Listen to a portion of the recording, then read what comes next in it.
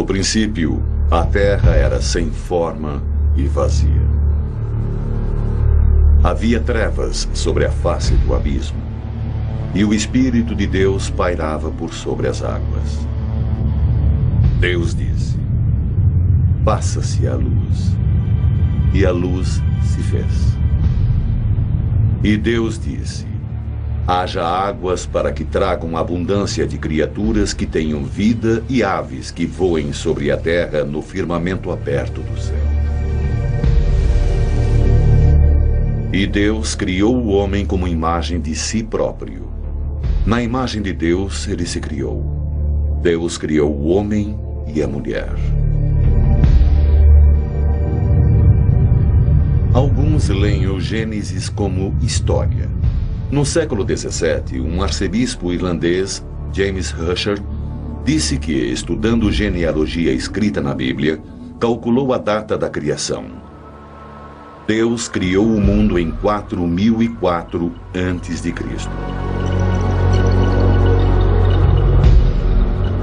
6.000 anos depois, naturalistas da Inglaterra do século XIX faziam perguntas sobre Deus.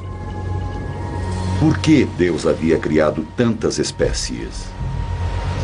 Por que havia milhares de espécies de pássaros?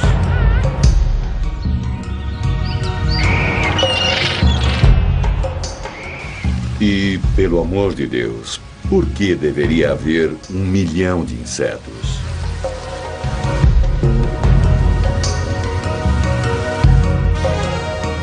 Por que Deus enterrou os ossos de animais desconhecidos em pedras?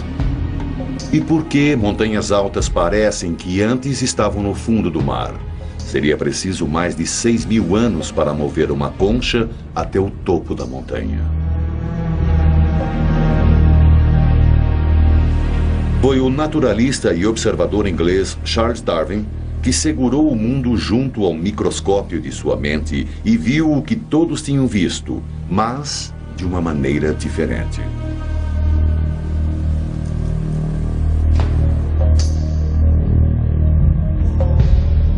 Além do Gênesis. Origem das espécies, por Charles Darwin. It is interesting to contemplate a tangled bank clothed with many plants of many kinds, with birds singing on the bushes, with various insects flitting about, and with worms crawling through the damp earth, and to reflect that these elaborately constructed forms, so different from each other and dependent upon each other in so complex a manner, have all been produced by laws acting around us. What Darwin gave us is an explanation, I go further, the explanation, for why we exist. The publication of The Origin of Species by Darwin in 1859 ushered in the greatest intellectual revolution since the proclamation of Christianity 2,000 years earlier.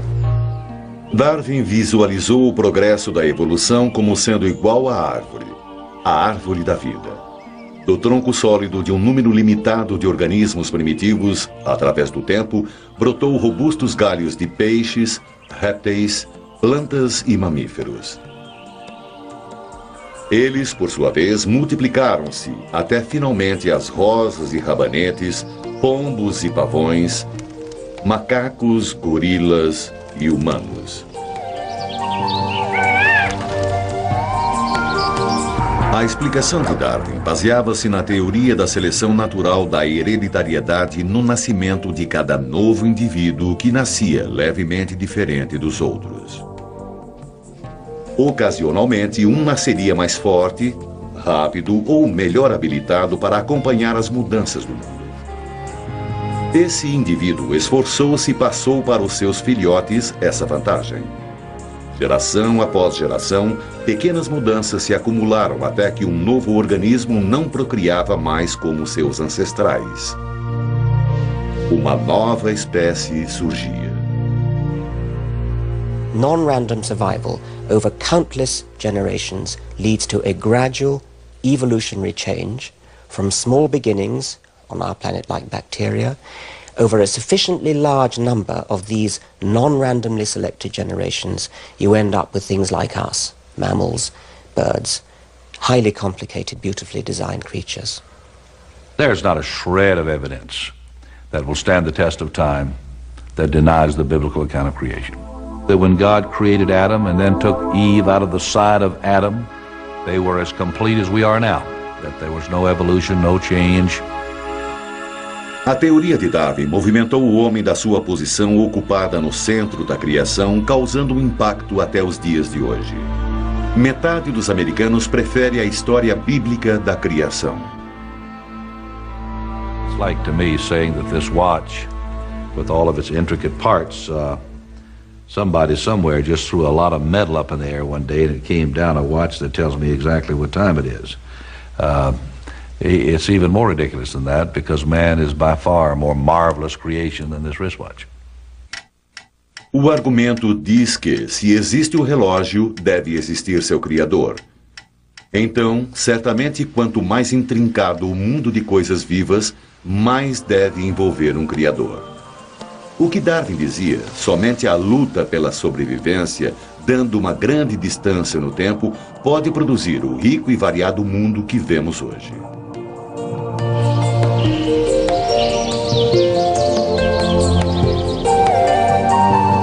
Darwin sabia que seu livro poderia levá-lo a um problema com aqueles que seguem a Bíblia literalmente. Então, em 100 páginas de exemplos de evolução, o homem consegue só uma sentença na última página.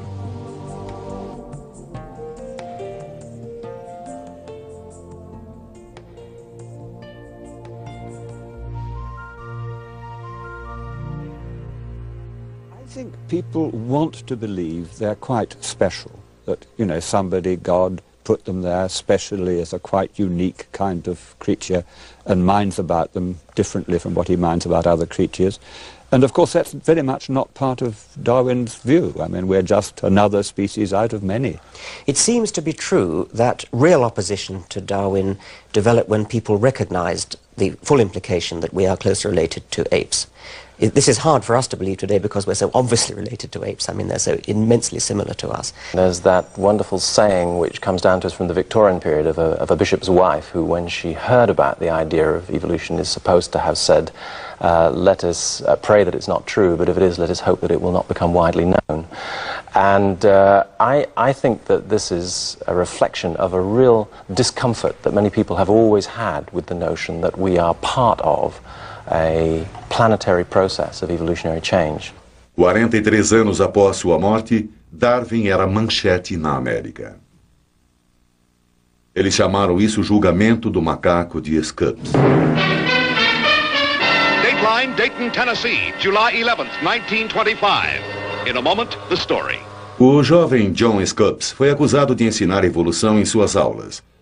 O perpétuo candidato a presidente, William Jennings Bryan, levantou-se doente do leito para fazer um comício de acusação. O igualmente famoso Clarence Darrow defendeu Scopes. On the day of the trial, a full house of avid spectators from all over the nation filed in to hear the debate. The issue was no longer the innocence or guilt of Scopes, but rather the final death struggle between two basic human philosophies, fundamentalism versus modernism.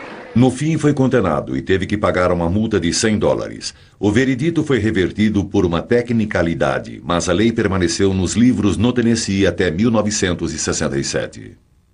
The Scopes trial was just as farcical as some of the trials today, in which teachers are ordered not to teach the creation model. A teacher should be allowed to teach any and all perspectives of truth.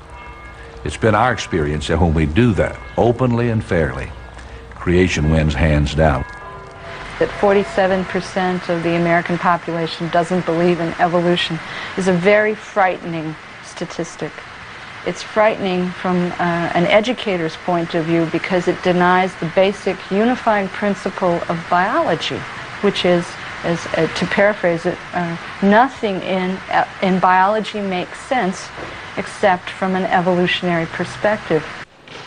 Darwinism has more than its fair share of skepticism, and it's rather hard to see why that should be. Part of the problem is that people are simply ignorant of it. I mean, it's an astonishing thing, but it's true of our educational system, that we teach children just about everything except this really certain fact that we now know, which is why we exist.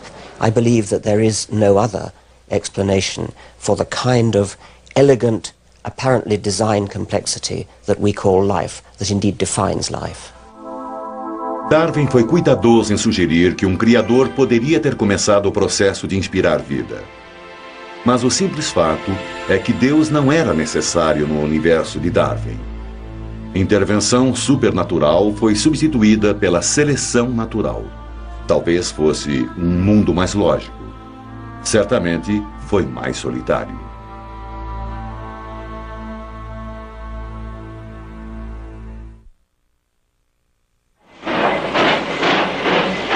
Era um mundo em transição.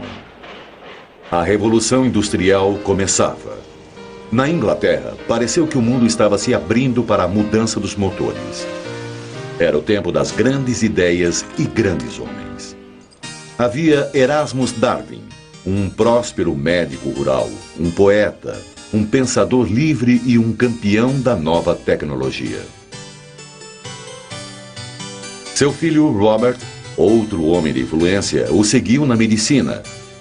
E quando o segundo filho de Robert nasceu em 12 de fevereiro de 1809, presumiu-se que ele poderia fazer parte da terceira geração de médicos rurais. Mas Charles Robert Darwin era mais feliz nas florestas que nas salas de aula. Ele preferia caçar ao ar livre, observar pássaros, coletar, explorar. Charles was in and out of country houses and barnyards, and he saw how people selected the best cattle and the best pigs and the best horses and bred from them to improve the quality of the stock. Ele abandonou seus estudos de medicina e foi para a Universidade de Cambridge, onde estudou teologia.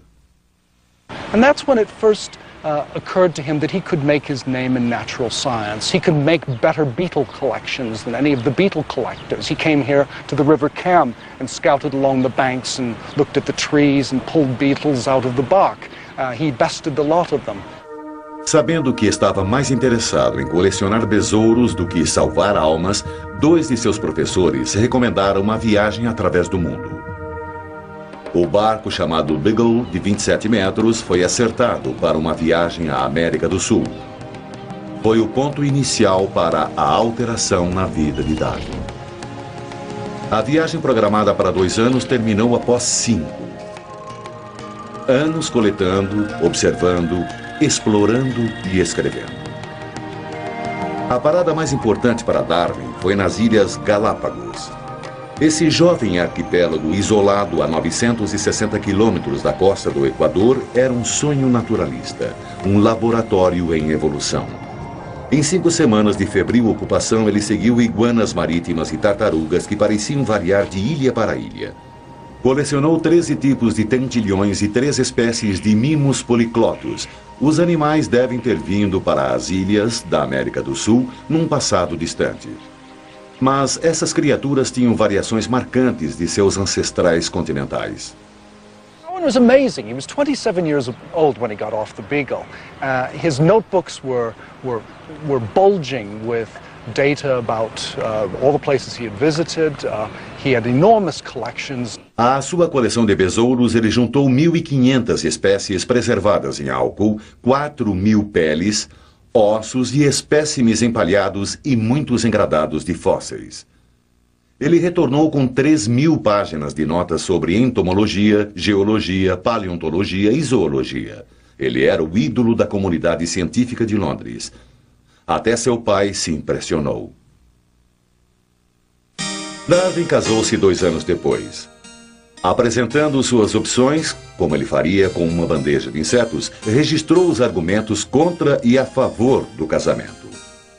Na coluna a favor estavam crianças, alguém para cuidar da casa e companheirismo. Seria melhor que um cachorro. Do lado contrário estavam a falta de liberdade, discussão, perda de tempo e menos dinheiro para os livros. O casamento venceu, apesar das consequências. I should never know French, or see the continent, or go to America, or go up in a balloon. Ah, never mind, my boy. Cheer up. There's many a happy slave. Ele se casou com sua prima, Emma Wedgwood, porque, como escreveu, ela era um anjo e tinha dinheiro.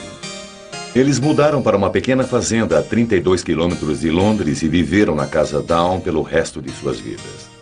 Tiveram 10 filhos, mas só 7 sobreviveram até a maioridade. A tristeza pela morte de sua filha Anne, de 10 anos, trouxe um amargo fim à fé que ele ainda tinha no cristianismo. Todos os dias, Darwin andava pelo seu jardim tentando dar sentido às coisas que ele vira na viagem no Beagle. Ele escrevia 3 horas todo dia, embora fosse doente na maior parte de sua vida adulta, aparentemente pelo esforço da ideia que ele secretamente estava desenvolvendo. He saw more and more things that didn't fit in with the thesis that all species are constant. And when the species are not constant, that means that they are changing, they're evolving. That means that he had to come to the conclusion of evolution. So he pointed to the enormous power of selective breeding of cattle and plants and pigeons that humans have exerted and bred things like Pekingese dogs and pouter pigeons and cabbages that we eat, cauliflowers and so on, all starting from very different ancestors.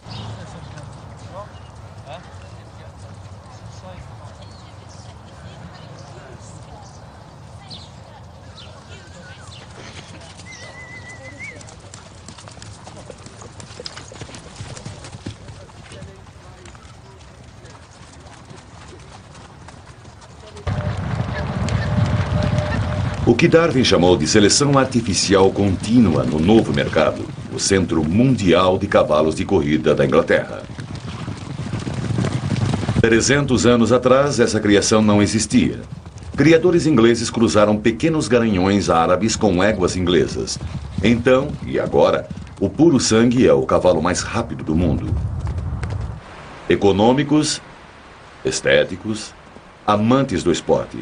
São tantas as pressões que dirigem a evolução das espécies no curral. Mas que força existia antes por trás da seleção natural? O que estava acontecendo no mundo real dos repolhos e dos manda-chuvas? Well, he really made 2 quite independent claims. One was the belief that all existing organisms, animals, plants, the lot, are all descended from some one or a few very, very simple organisms by just the natural process of descent, the ordinary process of biological reproduction. That's, if you like, the fact of evolution. And then the second thing he said was a mechanism, a process which would bring it about, which was his idea of natural selection. The survivors were naturally selected in the way that individuals in the barnyard were selected for what the breeder wanted in his stock. And Darwin went on to develop that original idea for 20 years after October 1838, when it occurred to him, and finally it became the centerpiece of his book, The Origin of Species.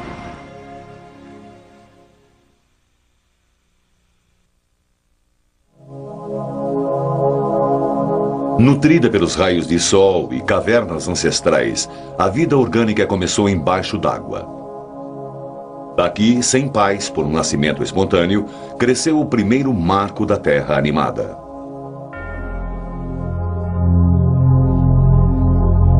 Essa aclamação à evolução foi escrita pelo velho Erasmus Darwin, mais ou menos uma década antes de Charles nascer.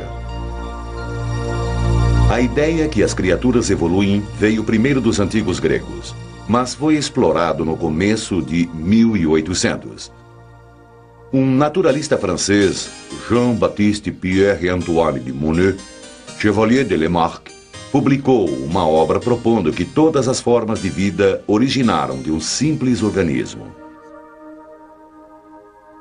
Ele observou que a variedade de vida era o resultado das espécies reagindo ao seu ambiente.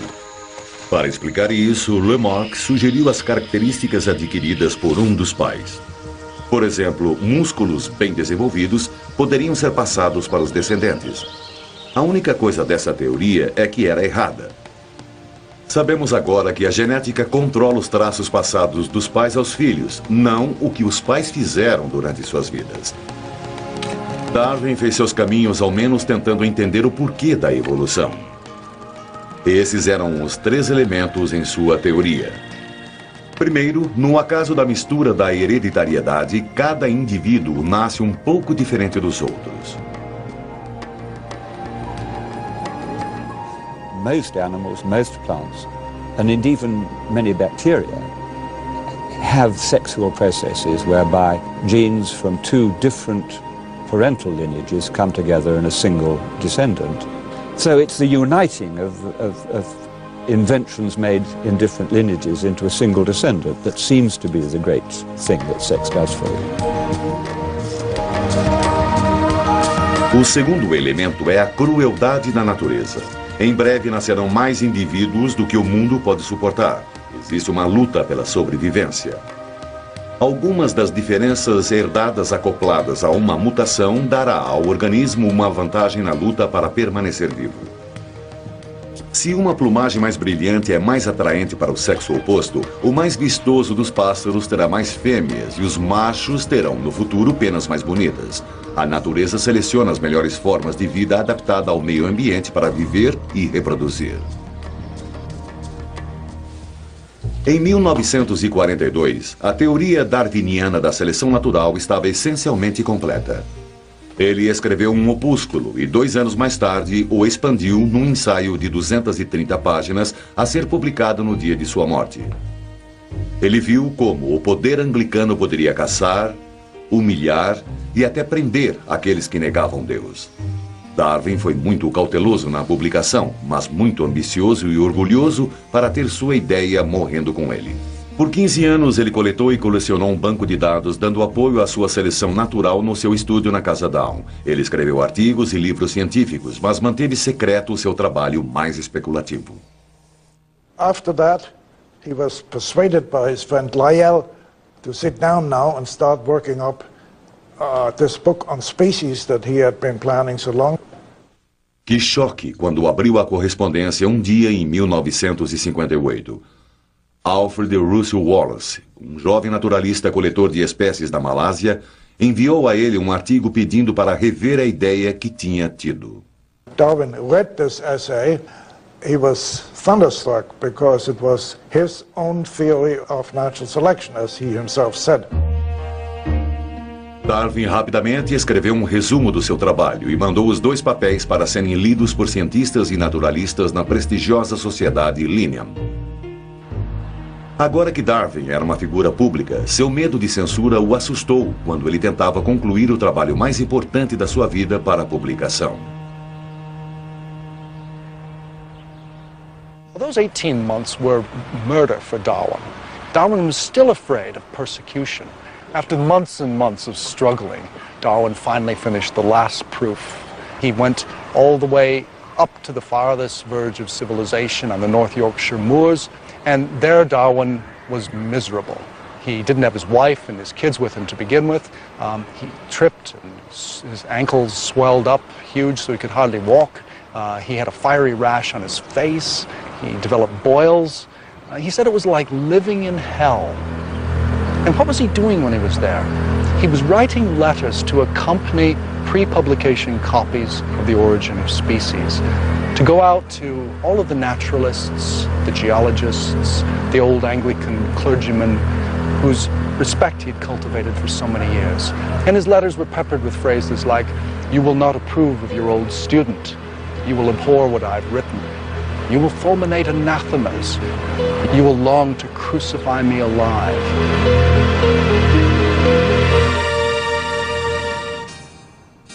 A primeira impressão foi esgotada no dia da publicação.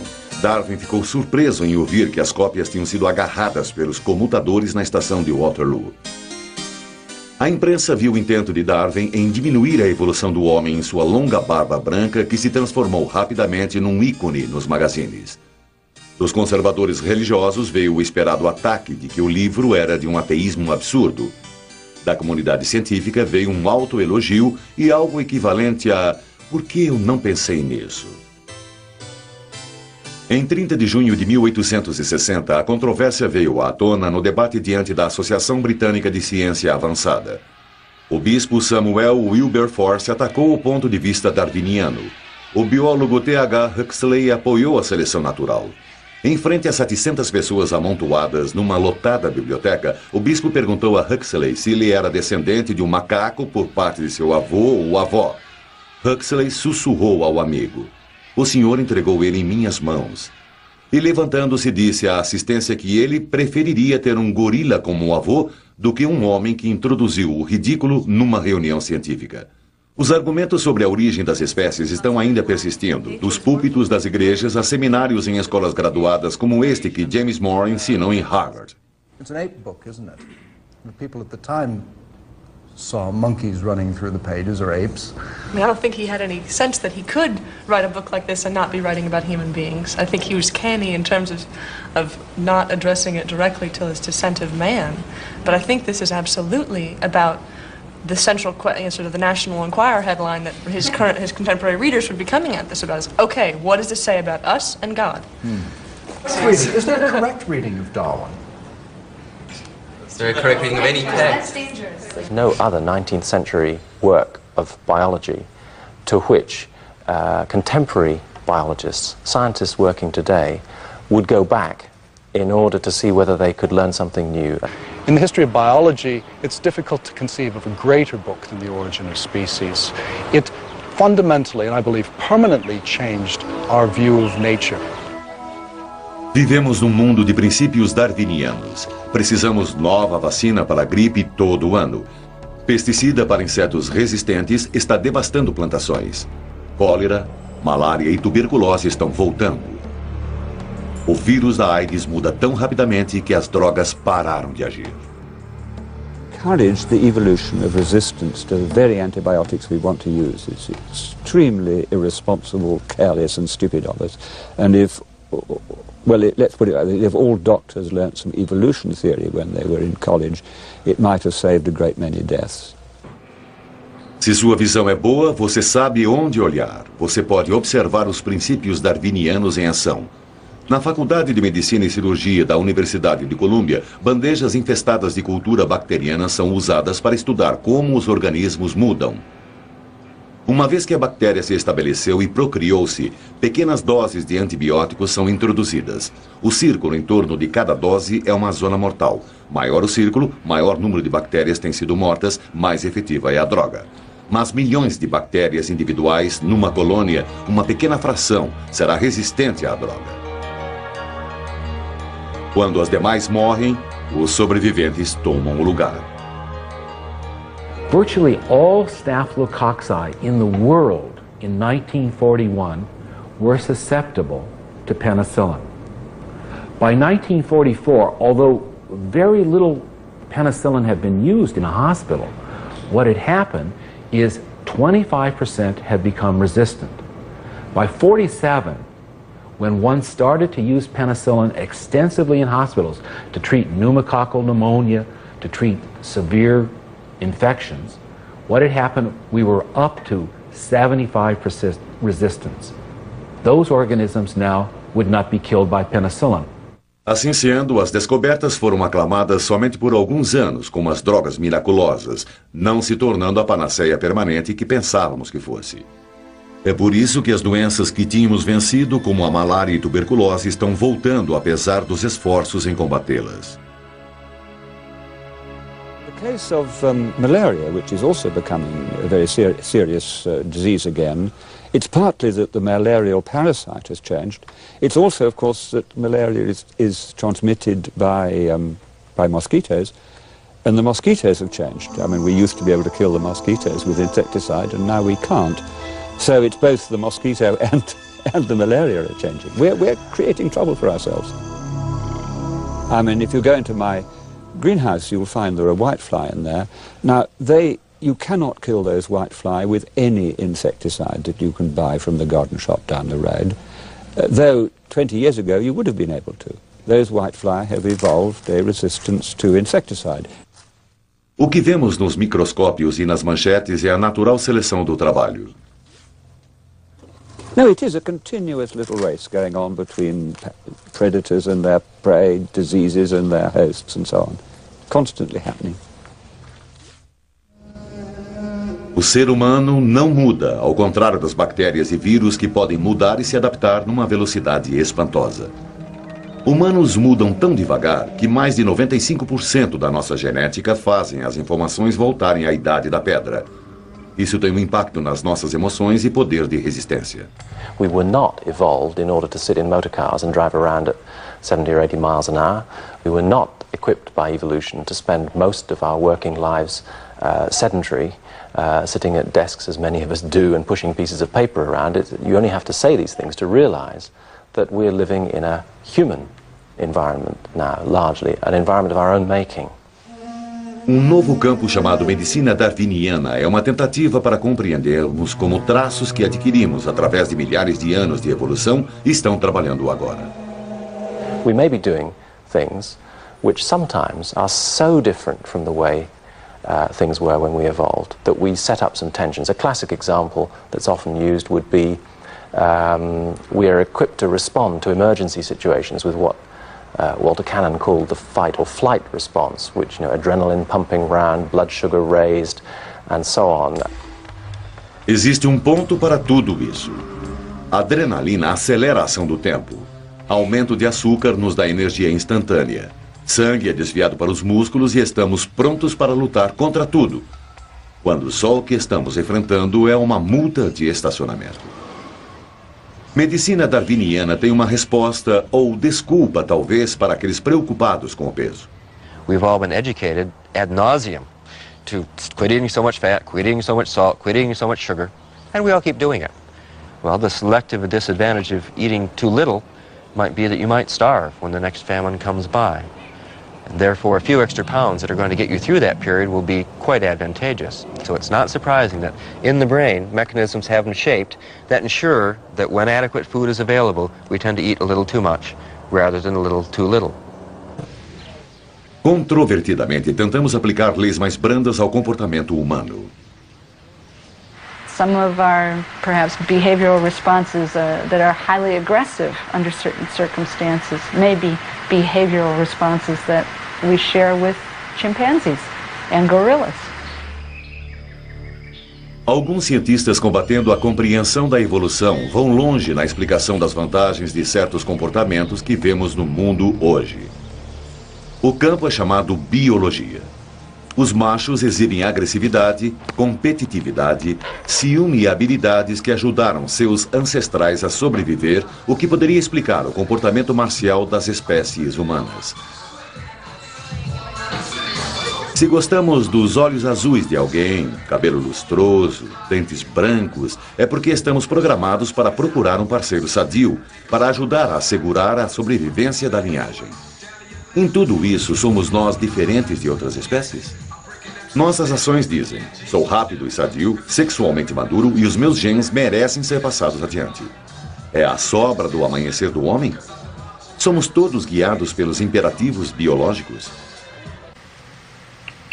Cruzando uma tela estão 3 cartas triplicadas, a linguagem da vida.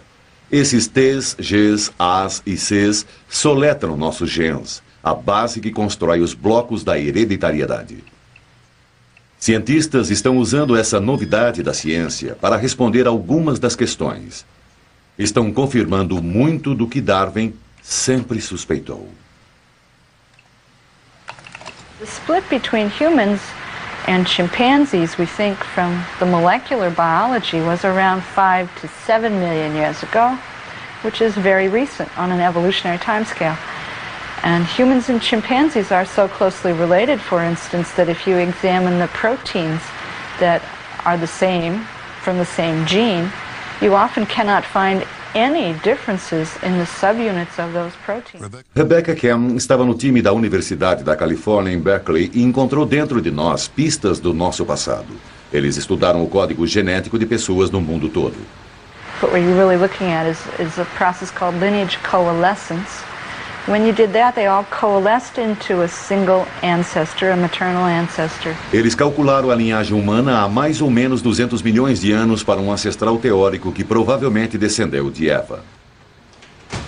I actually don't like to use the word Eve because it has a lot of religious connotations that aren't really biologically accurate. It implies that there was a single ancestor for all people, and this is sometimes seen in the press as a single woman who gave rise to all humans. That's not really true. There could have been anywhere from 2,000 to 10,000.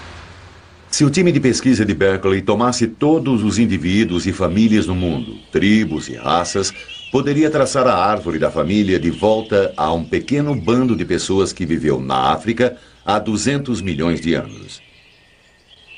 Se algo acontecesse para esse grupo, como fome, inundações, doenças, a raça humana não existiria. There has to have been several billion years of continuous, successful parent-to-offspring transmission to get to us. At any one point, if that had not been successful, our line of ancestry would have died. No hemisfério norte, cavalos evoluíram para preencher um ninho de herbívoros no ecossistema. No continente da Austrália, a natureza tomou um caminho diferente. Ao invés de cavalos, a evolução veio com cangurus. There is a very strong chance element in exactly the way evolution goes. So, for example, I'd be fairly happy in predicting that we would get eyes, seeing organs, because eyes have indeed evolved about 9 times independently in different parts of the animal kingdom, and the same sorts of eyes have evolved several times independently.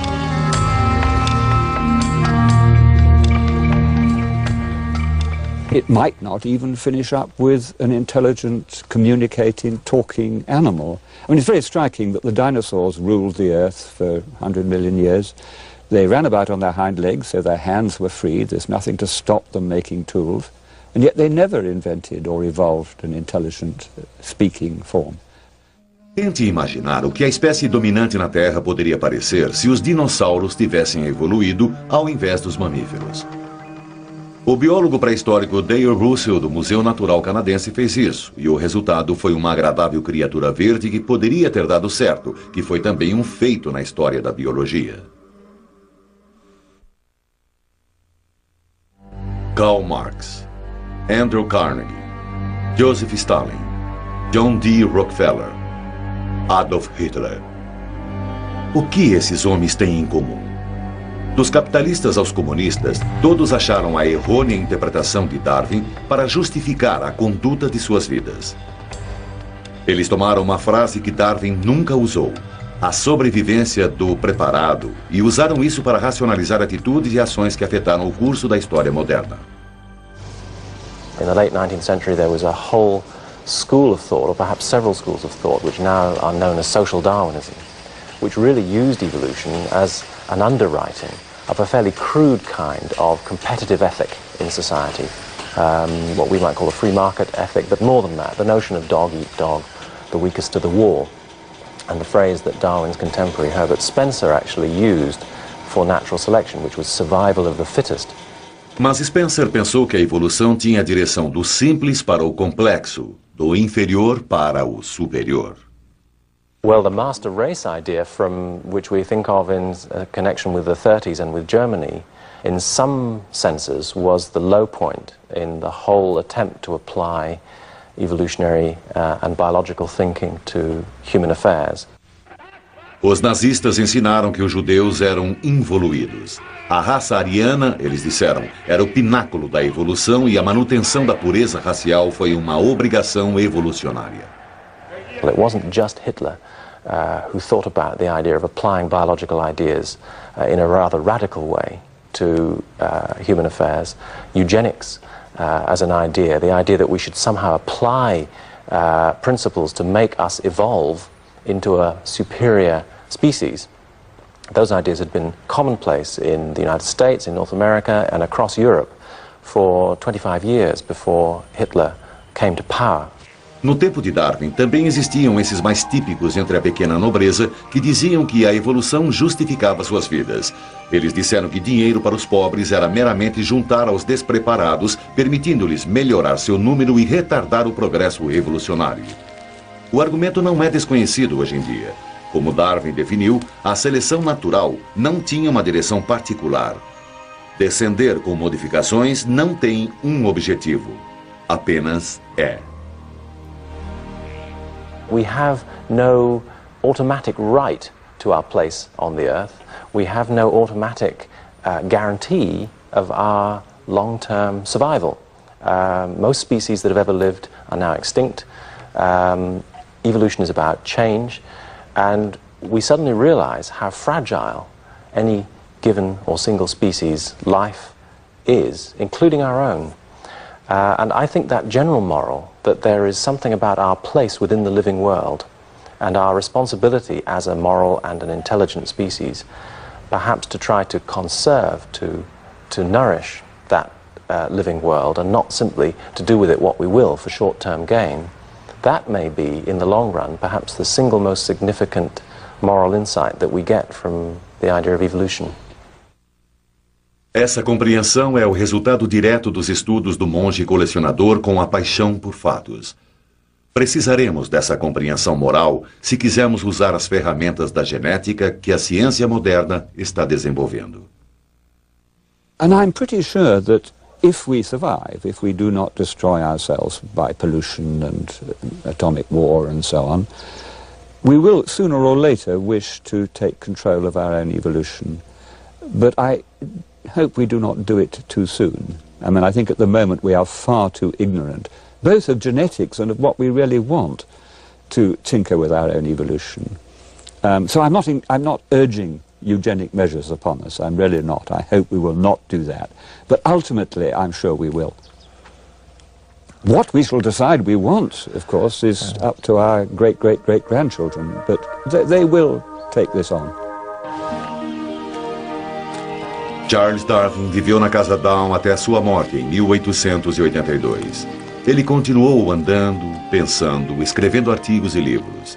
Finalmente tentou resolver o melindroso assunto da evolução num livro chamado O Declínio do Homem. Mas nenhum dos seus últimos livros teria o impacto de Origem das Espécies. Esse livro nos deu o mundo.